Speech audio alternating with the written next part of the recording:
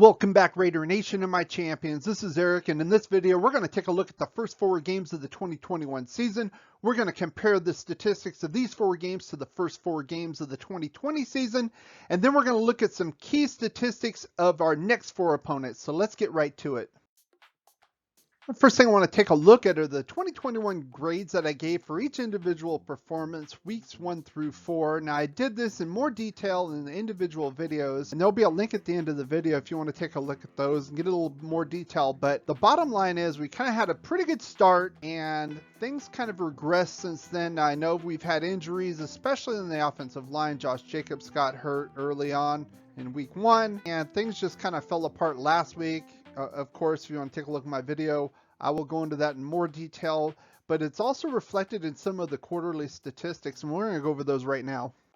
Now, we're going to first start on the macro stats. This is more of the big picture stats, and if you've been familiar with my Grading Gruden series, this is the same type of format. So if you look across here, this is the first 4 games of the 2020 season versus the first 4 games of the 2021 season, and this is our delta or difference. Now, if you see a number in green, that means we've progressed since last season, the first 4 games. And if it's in red, that means we've regressed for some reason. So if you can take a look at the bottom line here, you can easily kind of see why our run offense is off, obviously because of Josh Jacobs being hurt, our 2 guards going down, the offensive line has suffered, especially in the running game, and now we're having issues with pass protection. You can kind of see that we're more pass heavy than we have been in the past. But I want to also look at the defense here. Gunther versus Gus Bradley, the first 4 games. You can actually see the difference here. We are allowing 5 less points a game here, 138 less total yards, and we have more of a formidable pass defense, and I'll show in the micro stats how that is the case as well. So let's get right to that. As far as the micro stats go, we're going to dig a little bit deeper, and I first want to start talking about the defense, and I want to go over a lot more of what the data is showing here. It's showing that they're throwing the ball more on us than before, but they're getting less passing yards, and you can see the yards per attempt here is down 1.5 yards. And to me, that's telling me they're not getting as many big plays. They are getting more attempts, they're getting more completions, but less yards. So it's more of a short game.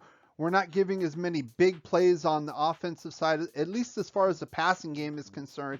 Now, the rushing is about the same. You can see that. To me, there's no real significant difference.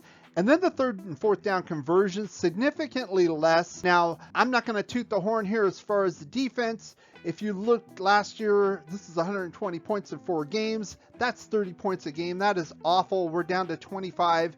It's not great, but it's better. So far so good with Gus Bradley and the new players and the new scheme so far. As far as the offense goes, this plays out the same way as it did on the macro level. Our rushing attempts are down, of course. We can't run the ball due to our lead back being out, our interior line being messed up, and we're having to pass more. I think the 3rd down conversions are an issue. The 4th down conversions are getting to be a big issue now. That's more on the play calling itself with John Gruden. The one number I really want to focus on here is right here. And it's not just last week they gave up 4 sacks, but we've had a total of 12 sacks this year, almost double of what we gave up last year. Now, we are getting more sacks on the defensive side. We've improved the defense, but we did lose a lot of our offensive line from last year. I did not really feel we were going to take this big of a hit, but we are, especially with the injuries occurring, of course. But this is going to be the biggest issue we have right now is this offensive line.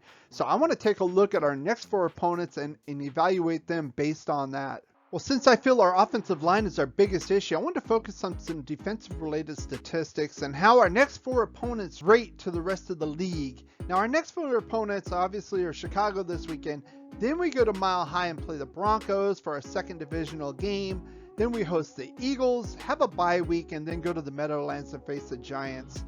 Now, the stats I'm looking at are overall defense, total number of sacks, total number of pressures, and blitz percentage related to the rest of the league and where they rank.